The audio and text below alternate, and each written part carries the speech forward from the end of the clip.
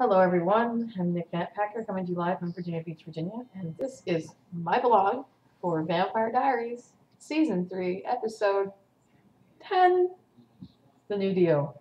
Welcome back, everyone. Welcome back from that long, excruciatingly painful winter hiatus. On Thursday, January 5th, Vampire Diaries had its winter premiere with Episode 10, The New Deal. I have to admit, I was sorely tempted to post my blog on Friday as soon as I got home from work. But I had to allow my mind and my mouth to become one again because my brain and my mouth kind of separated after seeing that episode, so it took a little time. Anyway, here we go. A lot of people might say that this episode was slow because they're used to a lot of quickness with these episodes and a lot of action. But there are times when an episode needs to go slowly, where the build-up is more important than the dun dun dun, you know? And in this case, it was extremely well done. And the timing was perfect. A lot of people expected when this episode premiered that Klaus was going to be on the warpath, that he was going to be tearing through the town, ripping people to shreds to get his coffins back. But in actuality, it was quite subdued. I mean, he was there with a purpose, but he wasn't. It's like he wasn't trying to stress himself with killing people. He doesn't need to do that to bring his point across. I think the show has gotten to a point where, yes, there are times when the action is good, but there are times when subtlety is best. And this was a time where slow and methodical and subtle was perfect for everything that actually happened. A lot of drama, a lot of shockers, and lots of, oh my god. But okay, we'll get to that. So the episode opens with Bonnie walking to the witch house. She goes inside and she hears the voices of the dead witches calling her, and it attracts her down to the basement. She goes down to the basement where she sees the coffins, and she's attracted to one particular one that's in front of her. She opens it up, and who's inside it? Klaus, lying there in a nice suit, clutching the necklace in his hand. And then she wakes up. After that, the scene switches to the grill, where Elena and Bonnie are talking about said dream. Apparently, Bonnie's been having it for a while now, and it's freaking her out. She doesn't understand what's going on. And Elena tells her, well, maybe it's not just a random dream. Maybe it's a vision. Maybe it's one of your witch dreams. You must be getting it for a reason. And Bonnie believes that she's probably right, but she's still, she's not entirely sure. She slyly asks her how Damon is doing with Stefan being, gone. And Elena comes up with what only Elena could come up with. Damon is, well, Damon.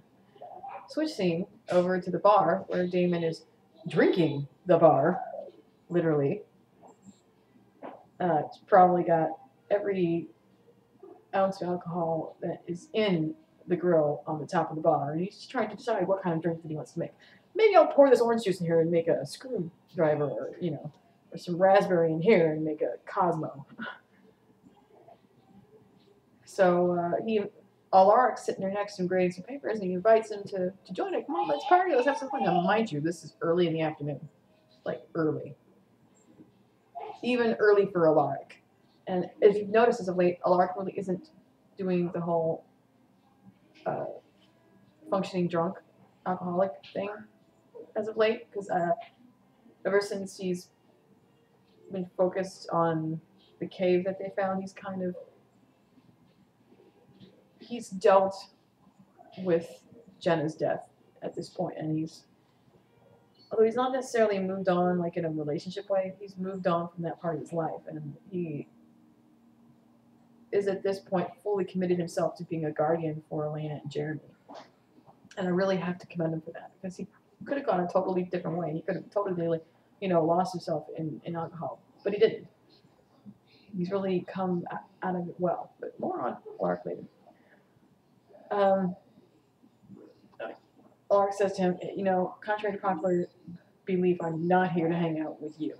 Not in a mean way. He's just, kind of exasperated.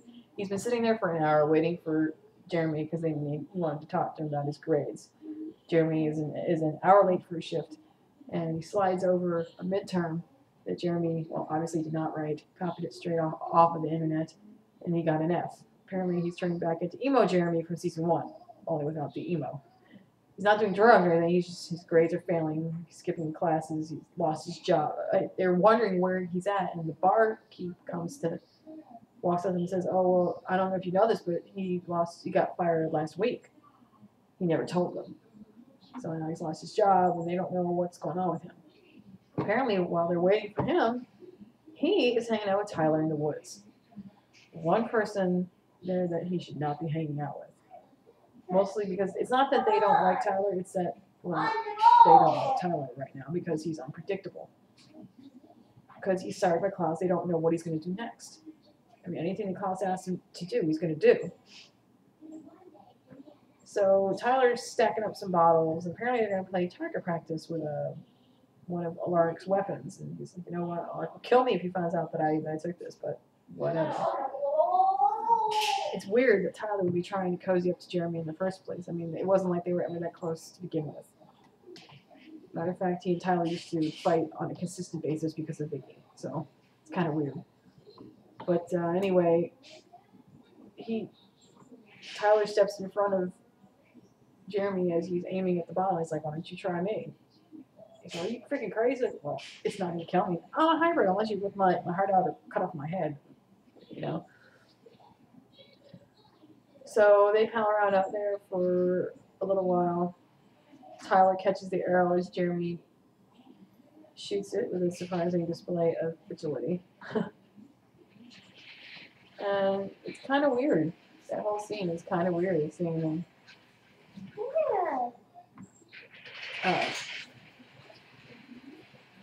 have some kind of bromance going on that doesn't really make any sense.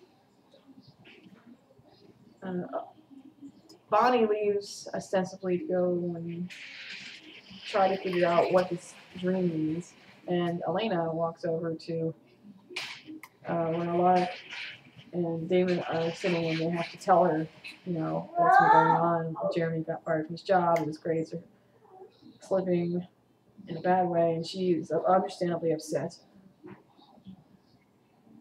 She wants to know what the hell's going on and why he hasn't said anything to her.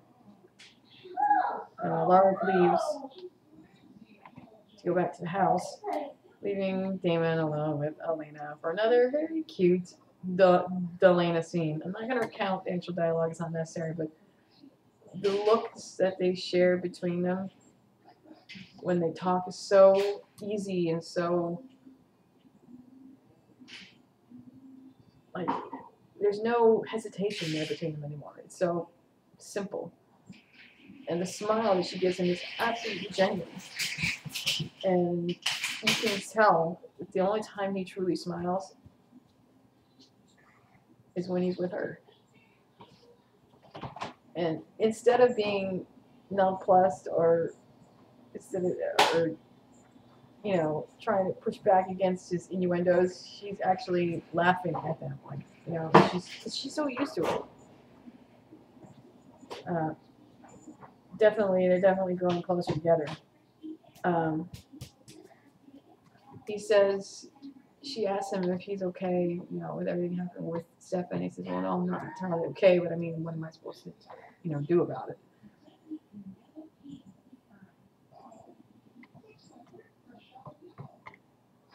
And she relates that she's worried about Jeremy. It's like, brothers, you never can predict what they're going to do. As they're talking, who shows up?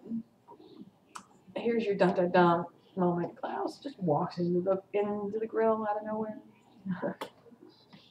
And I'm sure all the fans were expecting him to go apeshit crazy and kill everybody in the pub, but in actuality, he's quite calm when he walks in. Hey, how's it going? Oh, don't worry about me. I'm just here to enjoy a drink at my local pub. Nothing more. He informs them that Stefan has stolen something very precious. He doesn't say what, but I mean, it's not hard to figure out. And that he wants it back. And that if they don't get him what he wants, or at least get him Stefan so he can find out where the coffins are, then he will start destroying them one by one. The two of them don't definitely know what to think, but they know he's serious.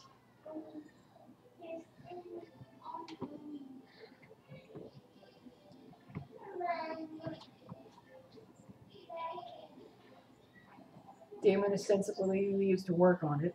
Elena goes back to her house. Alaric's already there.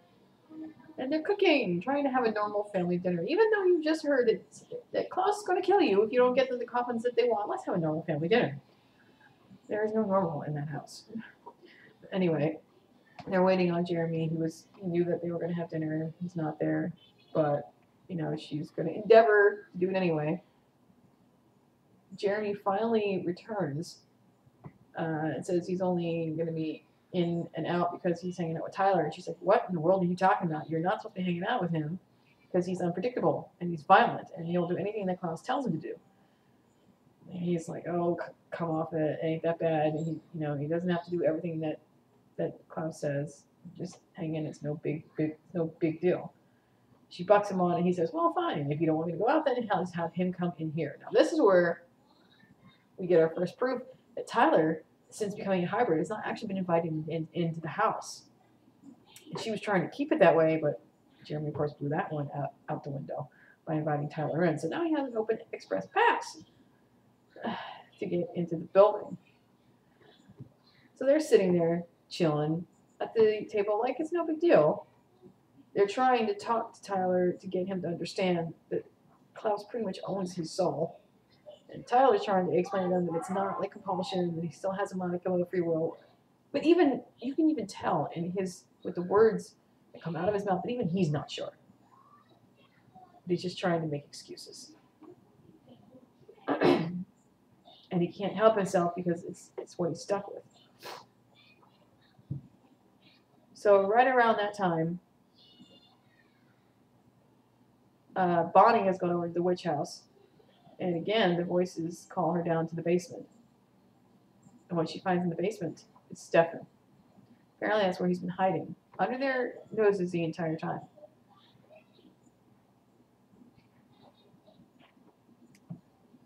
And he tells her that he needs her help. She expresses that she doesn't believe she has the power that's required, but he believes that she does. He wants her to help him hide the coffins from Klaus. Because apparently the coffins are being kept in the basement of the house, and he wants them to do a spell over it so that if anyone comes in the house, they won't see it, even though it's there. We don't know exactly what the details of the plan are, but whatever it is, it's serious, and they want to keep everyone else out of it.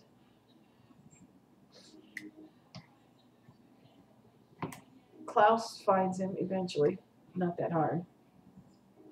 And Klaus tells Stefan that if he doesn't give up the coffins, he's going to destroy them one by one. Actually, no wait, okay, sorry.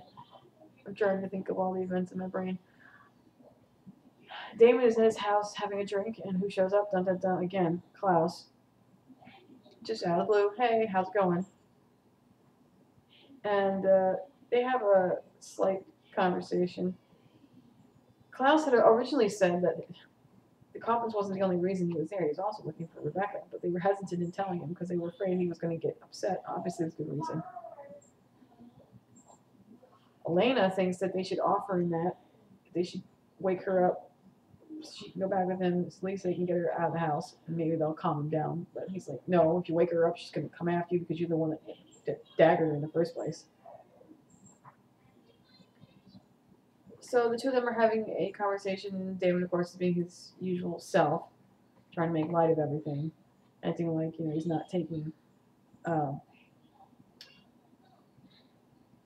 Klaus seriously. But in a few minutes, he certainly will be.